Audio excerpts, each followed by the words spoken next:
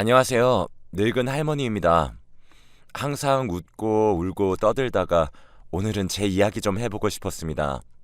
이 넓은 인생에 은인이 있다면 제 큰아들과 큰 며느리일 겁니다.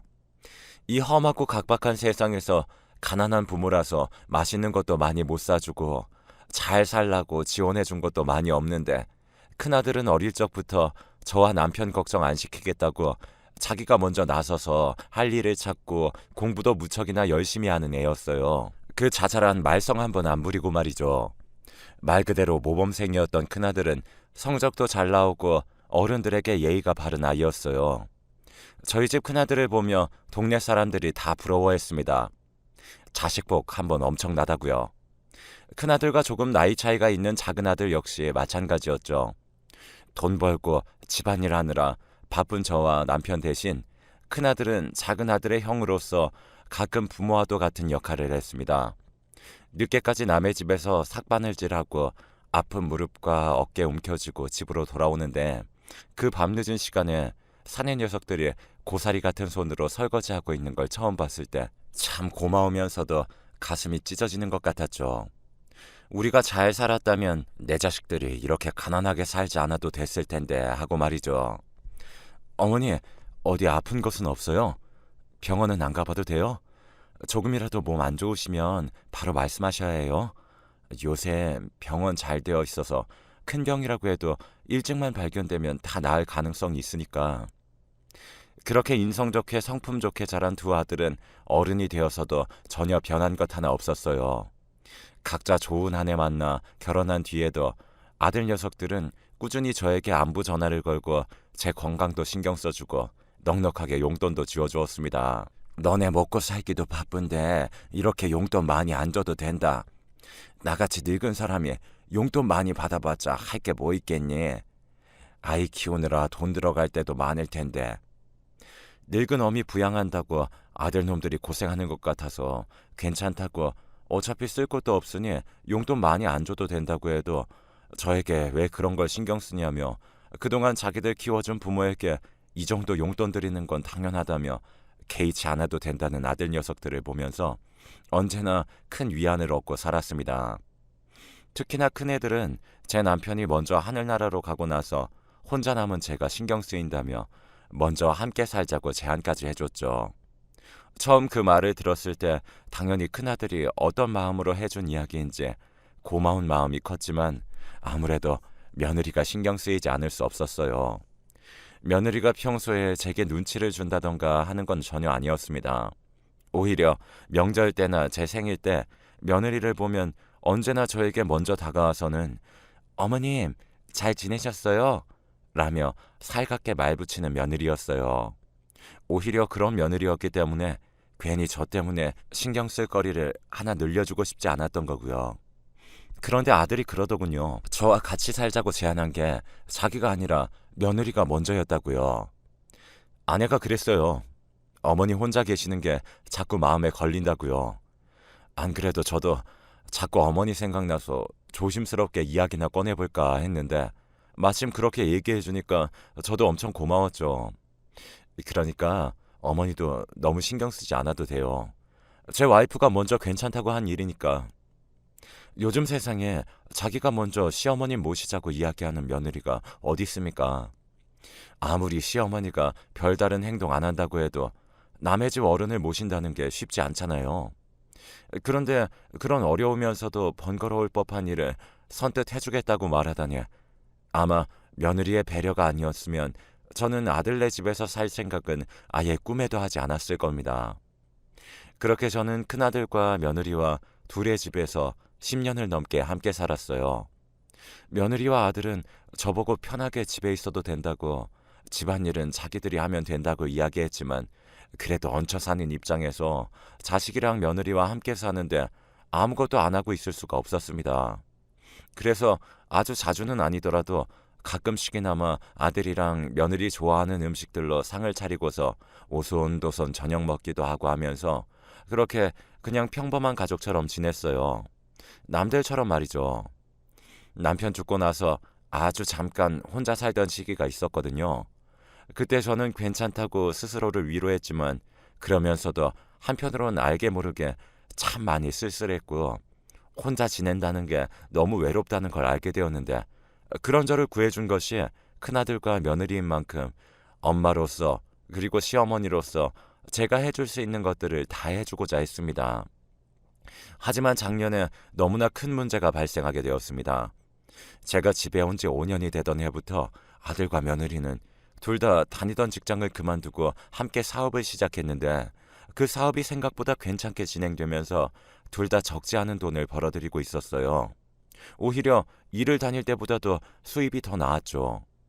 그런데 작년에 코로나가 오면서 대부분의 자영업자들이 큰 타격을 맞았잖아요. 저희 아들과 며느리 역시 예외가 아니었죠.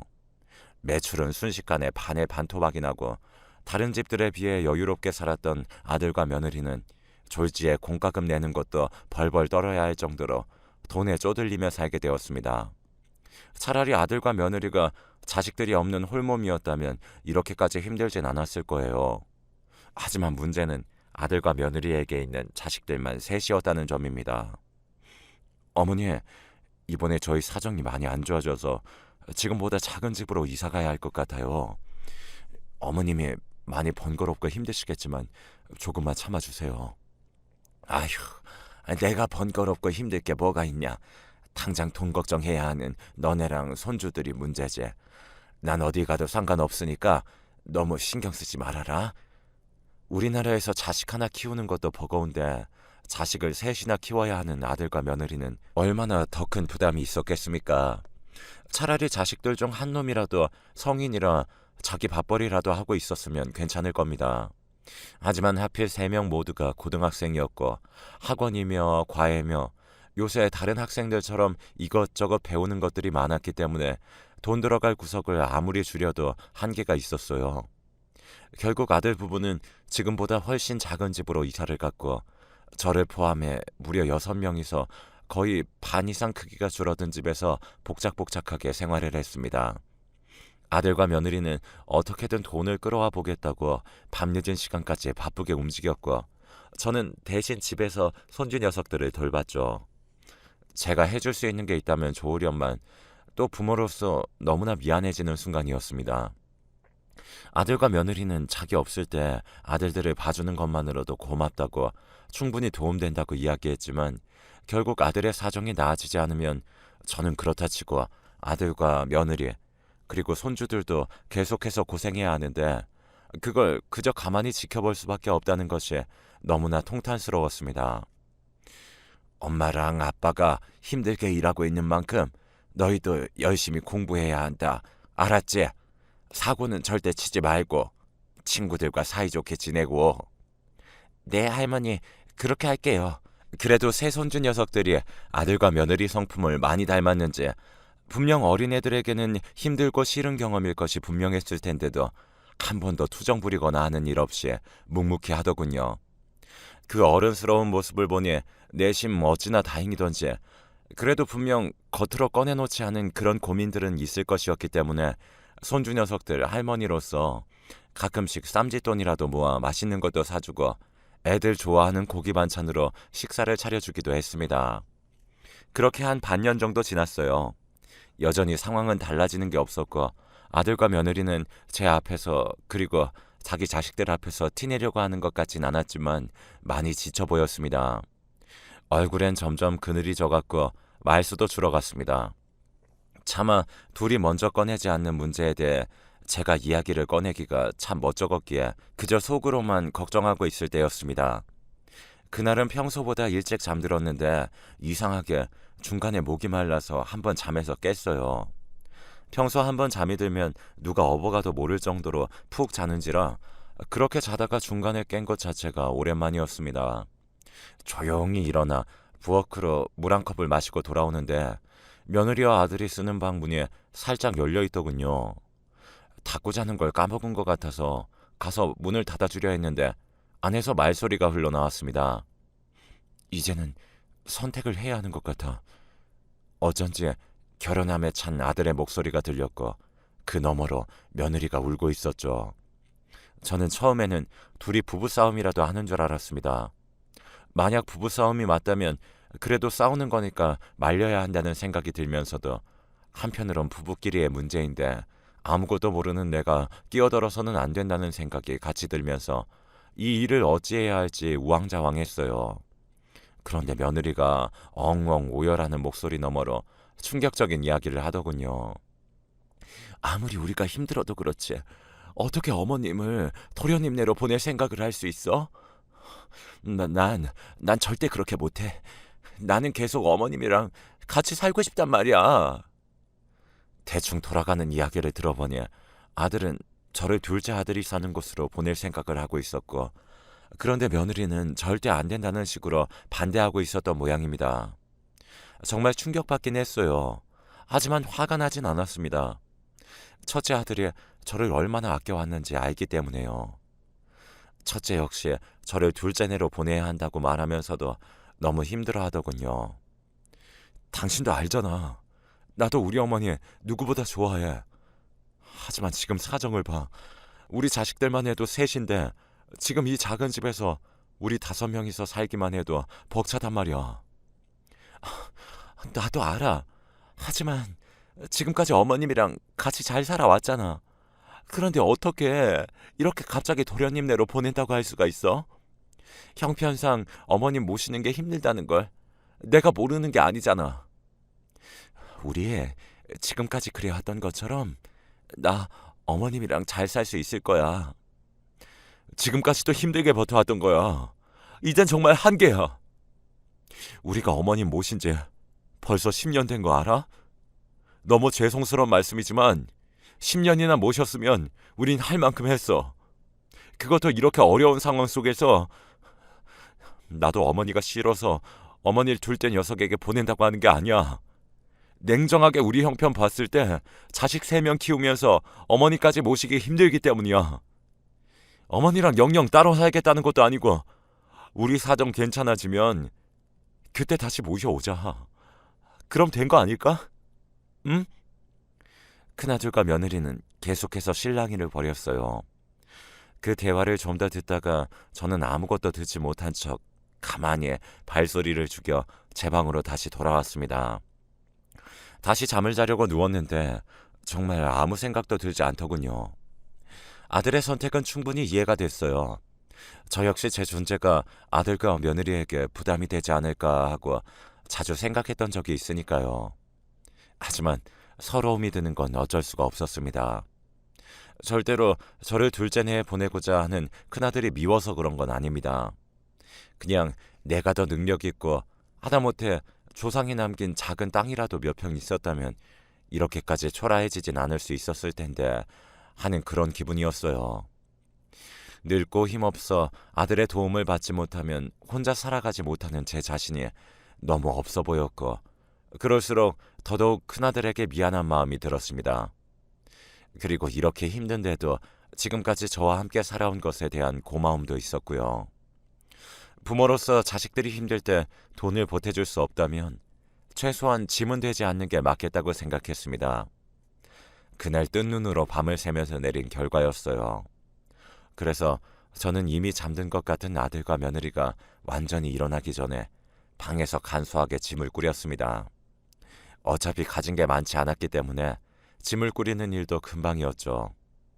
당장 입으러 온 몇 벌, 그리고 계절별로 입을 만한 옷을 몇 벌 챙기고 가방에 싼 뒤에 갑자기 제가 사라져서 놀라게 될 아들과 며느리를 안심시키기 위해 편지도 한 통 썼습니다. 내 아들아, 그리고 자식만큼 사랑하는 며느라가, 갑자기 내가 없어져서 너무 놀랄 것으로 생각이 드네. 하지만 그렇게 놀라지 않아도 괜찮다. 난 잠시 기분 전환도 할 겸 여행을 다녀오려고 해. 아주 먼 곳으로 가진 않으니 그리 위험하지도 않단다. 지금까지 아무것도 없고 해준 것도 없는 나를 모시느라 너네가 너무 마음고생이 많았어. 너네끼리 사는 것도 벅차고 힘들었을 텐데 말은 못했지만 언제나 미안한 감정을 갖고 있었단다. 나에게 전혀 미안해할 필요 없어. 오히려 너한테 미안해하는 것은 나란다. 남편도 죽고 늙음하게 혼자 살아가야 할 인생을 잠시나마 가족들과 함께 보낼 수 있게 된 것도 다 너희 덕분이니까.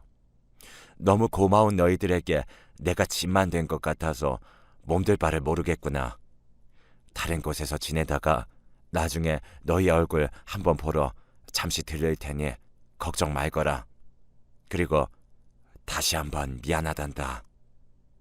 그 편지를 방에 남기고 저는 기차표를 하나 끊었습니다. 그리고 제가 살던 친정 고향으로 내려갔죠.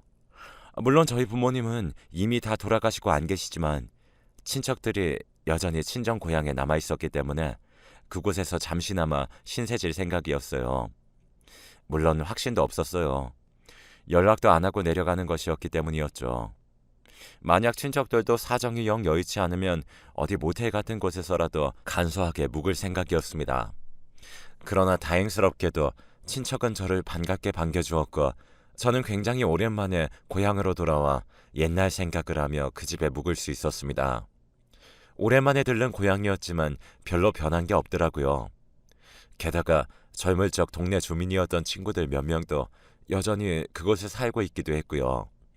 비록 아주 좋은 이유 때문은 아니었지만 어찌됐든 그렇게 오랜만에 고향을 방문하니까 나름대로 마음도 편해지고 기분도 괜찮았어요. 하지만 가끔씩 첫째 아들과 며느리가 생각나더군요. 고향은 변한 것 없이 날 따뜻하게 받아주는데 나는 이미 늙은 할머니가 되어 짐짝이 되었고요. 이해는 갑니다. 그런 생각을 했다고 해서 아들과 며느리를 미워하는 건 아니에요. 하지만 솔직한 심정으로 그 상황이 무작정 좋진 않았죠. 그렇게 저는 그 고향에서 올해 초까지 쭉 머물렀습니다. 할 것이 그리 많진 않았지만 애초에 큰아들 집에서 서울에서 함께 살 때도 특히 밖에 자주 나간다거나 뭔가 특별히 하는 일이 없었던 저는 오히려 한적하고 적적하기까지 한 고향의 분위기가 더 좋았어요. 조금 심심하다는 생각이 들면 신발을 신고 조용한 동네 한 바퀴를 돌다가 고즈넉하게 떨어지는 노을을 보며 다시 집으로 돌아오고 그것만으로도 충분했습니다. 가끔씩은 마을 회관에 모여서 같은 할머니들끼리 고스톱을 치기도 했죠. 서울에서 살면서 잊고 있던 즐거움들을 오랜만에 돌아온 고향집에서 다시 한번 느낄 수 있었어요. 원래 그렇게까지 오래도록 머물 생각은 아니었는데 제가 신세지던 친척도 괜찮다고 하고 고향도 좋다 보니 저도 모르게 몇 개월 이상은 너끈히 머물게 되더군요. 체류가 길어지니 중간에 큰아들한테 연락을 해야 할까 그런 생각이 들기도 했지만 괜히 연락했다가는 큰애들한테 부담이나 줄까봐 잘 지내는지에 대한 궁금함을 참고 일부러 연락도 하지 않았습니다. 언젠가 정말 사정이 많이 나아졌을 거란 생각이 들 때 그때 연락을 해도 늦지 않으니까요. 그런데 올봄에 조용한 고향 동네가 엄청 어수선해졌습니다.